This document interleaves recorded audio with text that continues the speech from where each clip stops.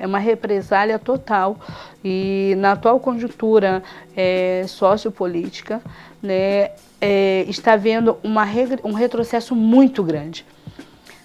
Até 1930, as pessoas tinham que fazer seus cultos de Umbanda e de Candomblé no meio do mato, né?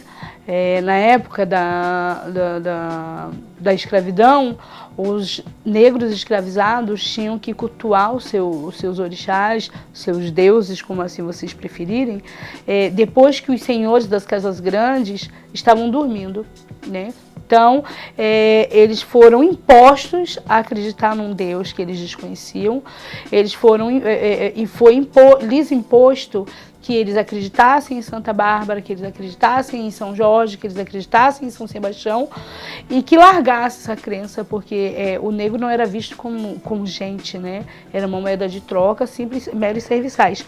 Então, o que acontecia? Quando os senhores do engenho dormiam, eles rezavam o Crê em Deus Pai do catolicismo e na madrugada eles levantavam a toalha branca de um peji, que nós chamamos de altar, vocês chamam de altar, e nós chamamos de peji.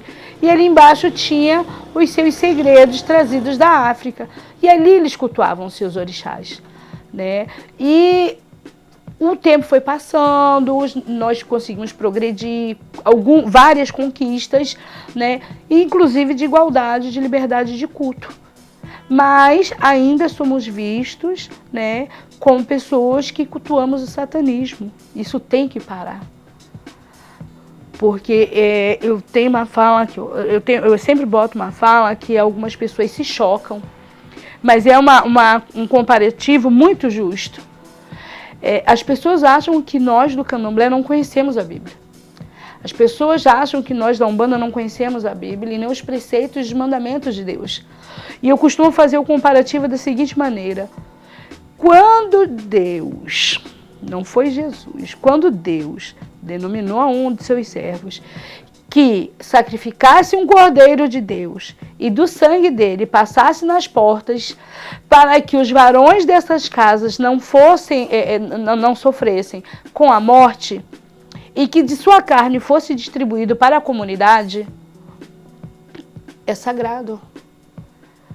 Nós, quando imolamos, quando sacrificamos um animal, usamos desse sangue a energização da pedra e não do ser humano, né? Através daquela pedra, aquele sangue que é imolado vai para energizar a pedra, mas para restaurar a energia vital e espiritual do corpo do ser humano e dessa carne, nós também limpamos, nós também temperamos, nós também fazemos e distribuímos para a nossa comunidade, é satanismo. Então, assim, a opção de ser judeu, para nós, ela nos coloca aquela pessoa, a gente diz que ela tem uma alma superior, né? Porque o que nasce não escolhe ser. Ele nasceu naquele lar e naquele núcleo de família, que era uma família judaica, ele não optou por isso, né? Vamos dizer assim, foi o destino, quem sabe.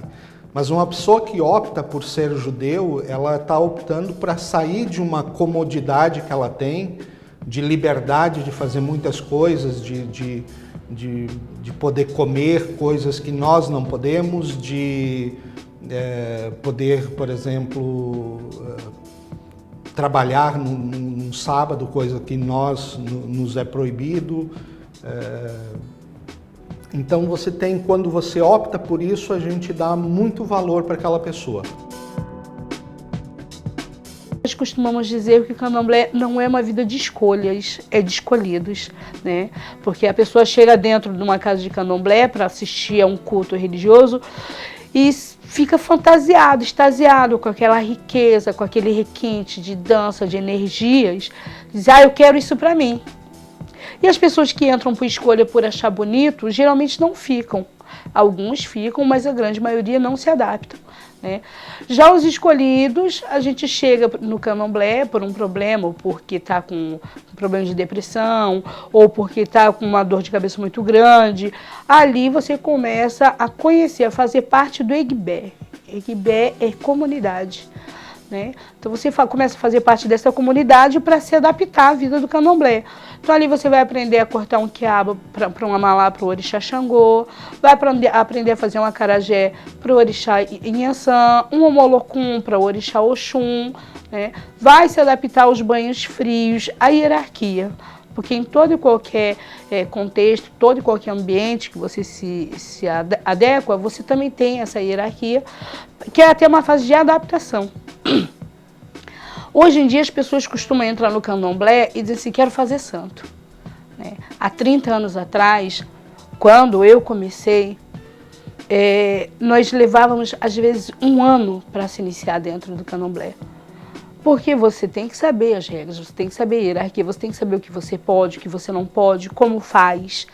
Após esse tempo, joga-se búzios, o pai, a mãe de santo, o babalorixá e a lorixá, para saber qual é o orixá doravante que denomina e que comanda a sua vida, né? E você se inicia, aí você entra para dentro do quarto de santo e tem todo um preparo que nós chamamos de eró ou orô, que é o sagrado e é o segredo. Né? Ali a pessoa vai ficar recolhida por um determinado tempo, aprendendo todas as rezas que até então ele não tinha ainda o preparo para aprender, não tinha autorização para aprender. Após esse tempo de recolhimento, existe-se uma grande festa que nós chamamos de saída. Ou seja, a pessoa se inicia dentro de um quarto sagrado, com seus rituais, com seus orôs. Depois de um determinado tempo, o exato são 21 dias de recolhimento, isolado do mundo, sem saber hora, sem saber que dia é, sem celular, sem nada. A pessoa vai estar recolhida em comunhão para com o seu orixá, uma ligação, um ligamento.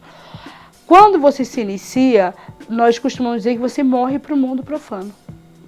E após esses 21 dias de recolhimento, nós aqui fora, preparamos essa grande festa, convidamos toda a comunidade do candomblé, seja ela da Angola, Queto, Jeje, Fã, né, para vir prestigiar a saída desse Iaô, que nós chamamos, o iniciado, de Iaô. Então vem todas as pessoas para contemplar, para prestigiar essa festa, e a partir do momento que esse Iaô sai na sala, nós dizemos para as pessoas que é o nascimento. Né? Então ele está morrendo para o mundo. Então entro Cláudia Augusta dos Santos para dentro de um quarto de santo e me inicio Odel Fai Candaiô. Então eu adquiro um novo nome, né, que é como as pessoas me conhecem dentro do candomblé. E ali eu começo. Então eu saio como Iaô, meu orixá se apresenta para o público, para a comunidade, para o Egbé que veio me prestigiar. Esse orixá dá um nome, né, e ali começa.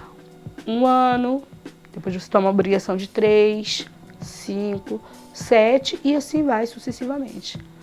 Então, até os 7 anos, você é um Iaô. Iaô quer dizer recém-nascido, aprendiz.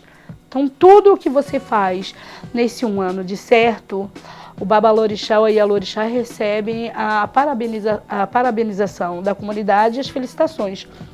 Mas essa criança, durante esse estágio de 7 anos, se fizer algo de errado, nós também recebemos nossa reprimenda, por conta da hierarquia. A partir dos 7 anos, quando essa pessoa toma os seus 7 anos, é como se você estivesse graduando dentro de uma faculdade.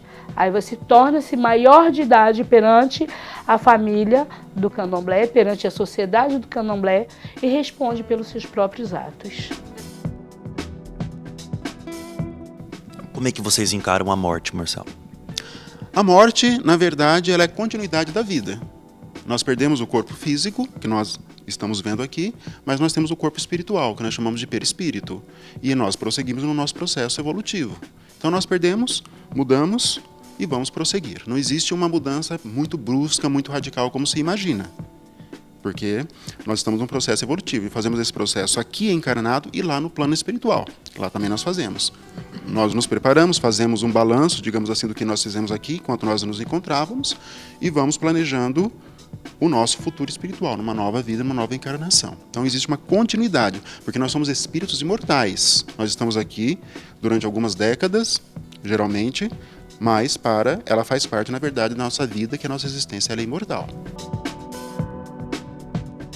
A morte para nós é uma parte do ciclo natural da vida, né? Você nasce, você vive, você morre. Nós encaramos a morte como algo natural. Ele é lógico que ele é algo dolorido para quem perde, tá? A comunidade judaica, ela tem para nós o cuidado com o morto seria o maior mandamento que você poderia cumprir, né? Porque é a única coisa que você pode fazer que você o faz não pensando em uma retribuição. Porque o morto, quando você cuida daquele corpo morto, ele não tem como um dia vir te retribuir, tá? Quando eu faço um favor para você, eu faço qualquer coisa, geralmente tem um quesito assim: eu estou te fazendo isso e eu posso depois te cobrar um favor também. Mas com o morto não. Então, para nós, o cuidado do morto ele é muito especial, tá? Existe toda uma estrutura chamada de Hevra Kadish, que são pessoas que cuidam do morto. Ele é lavado, ele é banhado, ele é limpado, suas unhas cortadas, o seu cabelo, ou seja, assim, toda uma estrutura de muito carinho, de muito amor, né, de muita dedicação. O cuidar de um morto não é uma questão fácil, por você ter ali um corpo que não tem mais uma alma nem nada. Tem a quesito emocional e principalmente, além de cuidar desse morto, nós cuidamos da família. Então, os primeiros 7 dias de uma família que perde um ente querido, ela praticamente não faz nada. A comunidade cuida dela por esse período. Então, faz a comida para eles comerem. Se ela tem contas para serem pagas, a comunidade faz esses trabalhos, esse serviço bancário, tudo. A pessoa fica em casa. A gente chama de um período de Shivá, onde a gente senta no chão, né, com a pessoa, porque a pessoa está, vamos dizer assim, está realmente para baixo. Depois de um certo período, depois dos 30 dias, então essa pessoa começa a retomar a vida normal. Um ano depois, a gente faz, quando você enterra uma pessoa, na tradição judaica nós não colocamos a lápide, a gente só coloca a lápide um ano depois. Então aí a gente faz uma cerimônia. Todo ano a gente relembra a morte daquela pessoa, a gente profere a gente chama de Kadish, que é uma oração por aquelas pessoas que se foram, né, para os enlutados, para as pessoas entenderem que essa questão da morte faz parte de viver, né? A morte, ela faz parte desse ciclo, e nós acreditamos sim que um dia haverá uma ressurreição, e aí o mundo será um mundo bem diferente do que nós vivemos hoje. Nós não acreditamos na morte. A gente não desmorreu, a gente voltou para casa, né? Então nós acreditamos sim na vida eterna, que depois que nós saímos daqui, isso é uma casca. Depois que nós cumprirmos com o desígnio de lei do mar e na terra, nós voltamos para casa e lá nós continuamos, nós damos continuidade aos nossos afazeres aqui. Então, enquanto eu estou aqui, eu sou um ser material. A partir do momento que eu volto para casa, eu me torno um ancestre, eu me torno um ser imaterial, né? A partir do momento que eu volto para casa, dentro da minha casa de candomblé, da casa de meu babalorixá, eu irei ser cultuada com uma ancestralidade. Você não morre nunca. Então, depois que você vai embora, as pessoas continuam com o seu trabalho, mas continuam todo o tempo, toda a obrigação, lembrando, botando uma cantiga, botando um agrado. Então, nós acreditamos na vida eterna, sim.